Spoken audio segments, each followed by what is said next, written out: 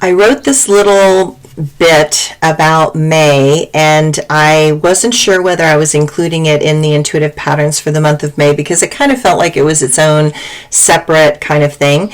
And so I'm adding this as a separate video for May, and it's just some metaphysical conceptual ideas that I'm playing with around the month of May. And so this one is called May Flowers. What are the flowers that May will bring? After all, there was plenty of metaphorical rain in the month of April. I believe one flower is a healing flower. Such a flower can take the terrible things in life, and from great storms they manifest great beauty. Much like the most beautiful flowers I have seen are up at high altitude in places such as Yankee Boy Basin in Colorado. These flowers weather horrible, bitter winters and avalanches, and yet always return with their bright and sunny faces. Flowers know how to take extremes and move them into something of wonder. I believe another flower is a flower of unification. Such a flower finally brings everyone together in a place of healing and change. We recognize that we are all in the same boat together. In such times, differences diminish and we see each other in a more real light. Pain puts everyone on equal footing. And that's what is needed right now in this world of arrogance, specialness, and ego.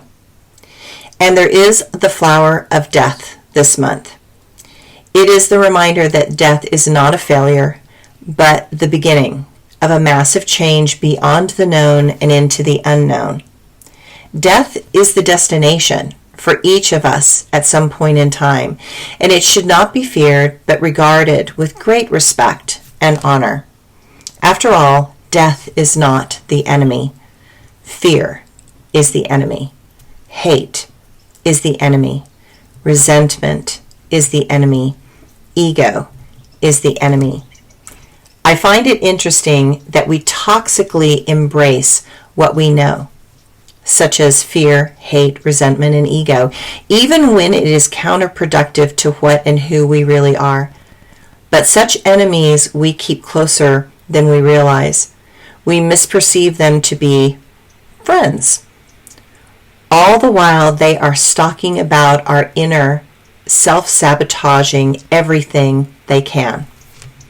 While death calls quietly and gently to us, the angel of death whispers to us to change, to let go, to trust, to surrender, and to discover what is beyond the mind.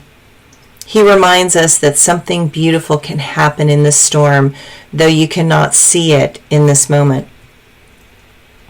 We continue moving into a time of enormous change, and I know you're probably sick of hearing me say that, but it is true. These waves of change are getting bigger, not smaller.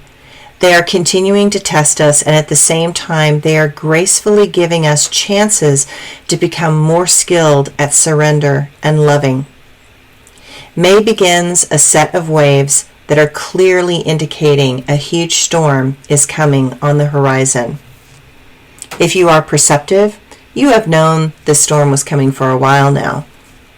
The cards indicate that something has been woven in time and space. It is a web of deceit that has caught up the beautiful hummingbirds of love and compassion, and those hummingbirds are trapped in the powerful webs that some men have created to control and manipulate the masses. Love is being sacrificed to hate. Our innocence, the porcupine, is also being sacrificed on the altar of surrender. We are riding waves of huge disappointment. The wonder of words and communication have been murdered in the name of chaos. Mountains of money have been squandered in the beds of ego.